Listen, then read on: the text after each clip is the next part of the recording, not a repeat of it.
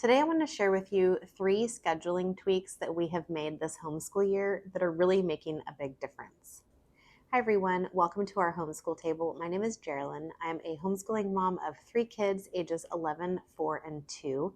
Here on my channel, I like to share all about the things that we use in our homeschool and how things are going. So I hope that you'll click that subscribe button and stick around. Today's video is part of a collaboration hosted by Davene from Calm in the Chaos Homeschool and Shawna from Homegrown Homeschool. So there will be a collaboration playlist for you down below in the description box so that you can hear how all of the other moms' school years are going as well. I specifically wanted to chat a little bit about our schedule and my daughter's weekly checklist as well, and kind of how those two things are going and how they help us in our homeschool. So back in August, I made a video all about our schedule, and this year I'm calling it our weekly timetable because it does have times that I've listed. Those are just kind of a guide for me to be able to see how long different subjects are going to take and how they all kind of fit together in a little bit of a puzzle. But today I just want to share with you 3 things that we've tweaked a little bit this school year. And now that we've been trying them for a little while and they're working really well, I want to share them with you. So the first one is mini morning times, and I actually have a video all about this as well. But basically this is just our morning time split into different segments.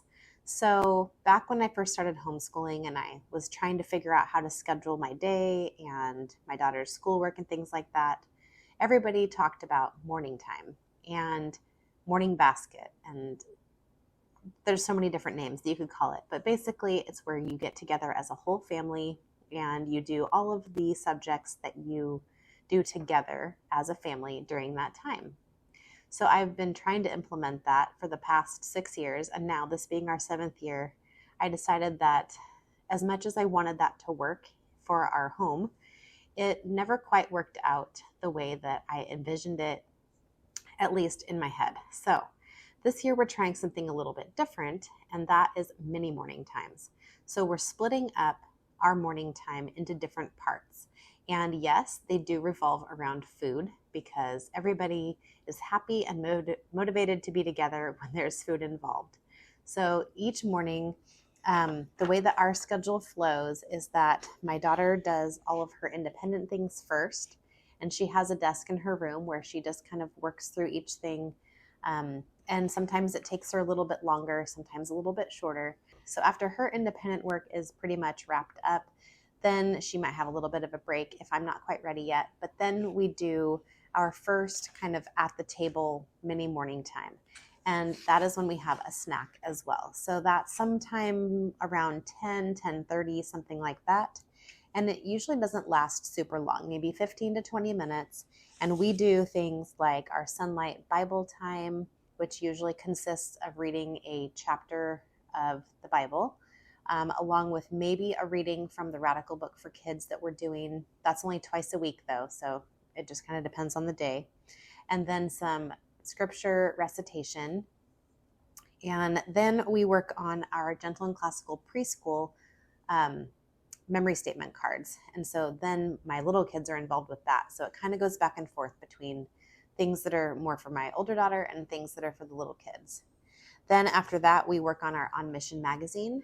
And originally the way I'd scheduled it at the beginning is that we were going to do that 2 days a week. And I've tweaked that a little bit now to where we're doing it every single day, but just a little bit at a time. And that has been really helping to just do smaller chunks. Then after that, we kind of go our own ways again. And I work with my little kids on all about reading, pre-reading level, mainly just my 4-year-old, but my 2-year-old always likes to be there too. While my older daughter does her science audiobook and any book work that goes along with that on Tuesdays and Wednesdays. When she's not doing science, the other day on Thursday, she's doing her character reader from Kids of Character.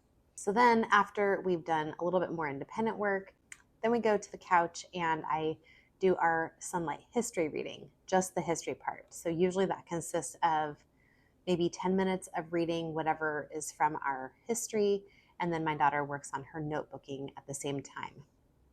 Then after we're done with that, it's time to get ready for lunch. And during lunchtime, again, food, I read either the Burgess Bird book on Tuesdays or Thursdays, And then on Wednesday, I read our health book, which is from Rebecca. That takes about 10 to 15 minutes max while they're eating. And then on Fridays, we work on our Latin lesson. And sometimes that involves watching the Latin video.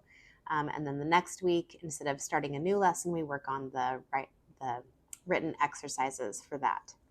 So that's kind of how we've done our morning times. We alternate between independent work and morning time, and then some more independent work and morning time. So the second thing that we tweaked a little bit this year is spreading out our extracurricular subjects throughout the week instead of saving them all for the end of the week on Friday. So this year, our extras are the Burgess Bird book, which is a nature lore book that I have a video about.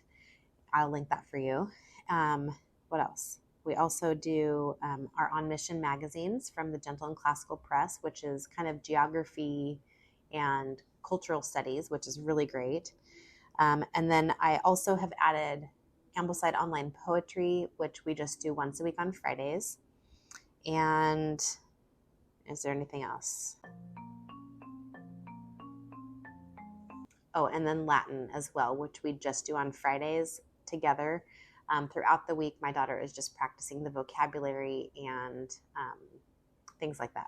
So spreading out the extracurricular activities throughout the week instead of leaving them all for one day on Friday is working a lot better because we are more likely to get to each of those things on those days. So the third tweak that I've made to our schedule is that I originally would have my daughter do her kind of core subjects right after her independent work was over. And that caused a lot of friction to the point where other things weren't getting done after that because we were maybe kind of irritated with each other or we just didn't feel like doing anything else. So a friend of mine gave me the suggestion of doing math after lunch because then my daughter will have eaten very recently. She will have had protein during her lunch.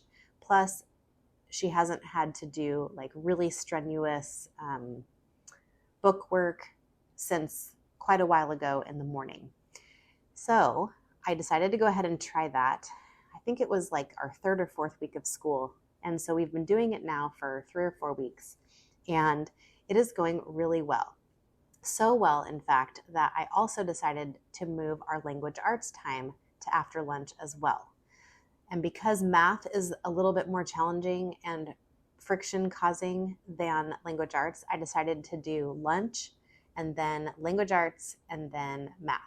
And that is going super, super well. So I'm really excited about that. So thank you to my friend who suggested doing math after lunch because honestly, I really never thought about doing core subjects later in the day because especially coming from the public school system, we always did all of our most intensive core subjects first thing in the morning.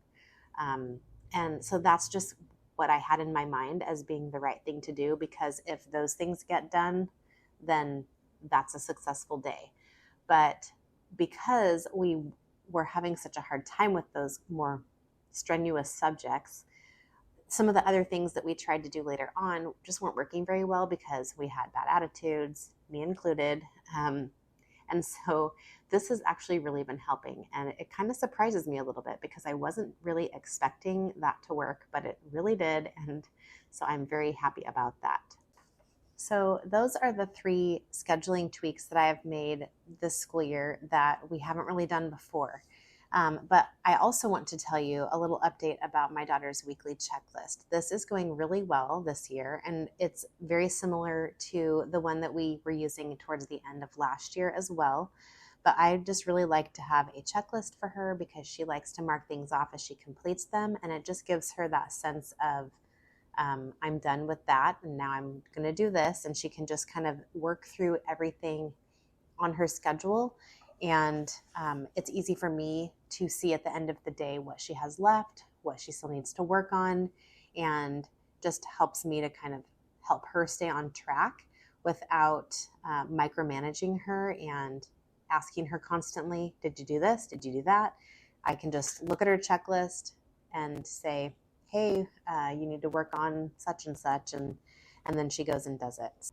Like I said earlier, this is our 7th year homeschooling, and so I've learned over the years to try not to schedule too much into our days because I wind up having to get rid of things or um, save things for later and things like that. And so surprisingly, this year has actually gone really well as far as just the right amount of school things. For a couple of weeks there, I was kind of thinking that, oh no, maybe I scheduled a little bit too much. But now that we're really in the flow of our weeks, it seems to be going really well, and it seems to be a manageable workload for my daughter and for me.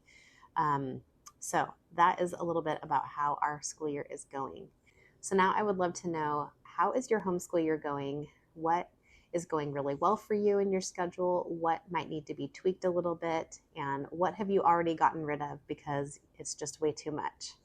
So if you don't really have anything specific to say, you can leave today's emoji, which will be a calendar or something scheduling related, along with some sort of an emoji that shows how you're feeling about the school year so far. So are things going really well?